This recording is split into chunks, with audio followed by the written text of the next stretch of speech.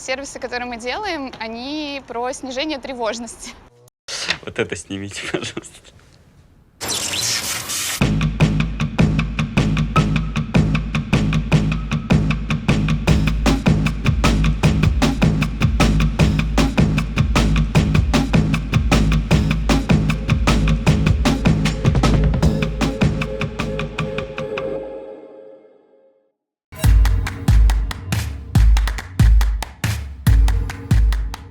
Мне кажется, карта — это отличный способ рассказать историю. Если ты пешеход, то город для тебя — это какая-то территория на районе. Если у тебя использование метрополитена, ты помещаешься в телепортационную будку, где-то выныриваешь, у тебя точно так же, как в «Героях», постепенно начинает территория из темноты превращаться в карту. Географические сервисы хорошо знают про то, как люди в массе перемещаются по городам.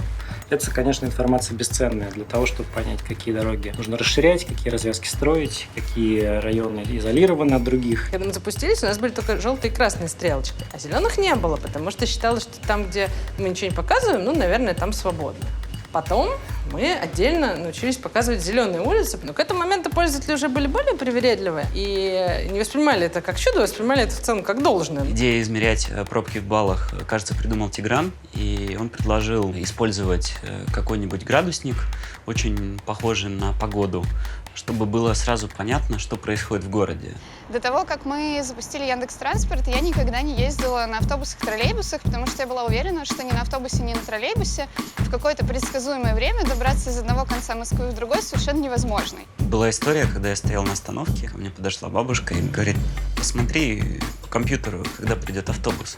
Хитрость в России в величине и разнородности. Когда тестировали новый сервис карт, Митя Иванов написал мне письмо, сказав, что у тебя здесь какой-то, видимо, баг. Кручу карту, ни одной подписи нету, никакого объекта.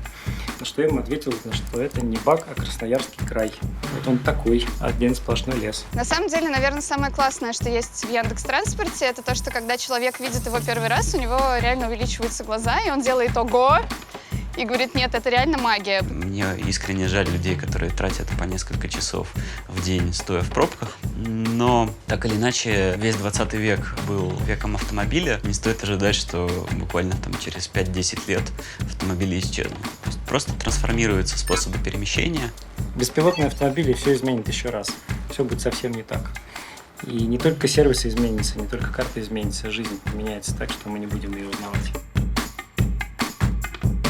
Когда человек стоит на остановке, и его автобуса нет, и на улице минус 25, будем честны, он не то чтобы очень много вещей может сделать, чтобы себе помочь.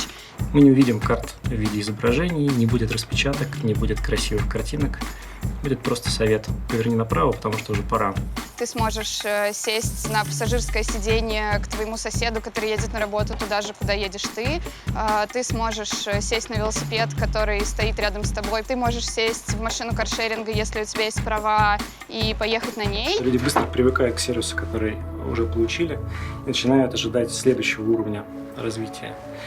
И наш любимый пример – это один из наших разработчиков, который все время говорит о том, что ему не нужно знать, где кафе в окрестности, ему нужно знать, где поесть сырников со сметаной в воскресенье утром. И нужно быть в состоянии гнаться за этими ожиданиями, их предвосхищать и выполнять.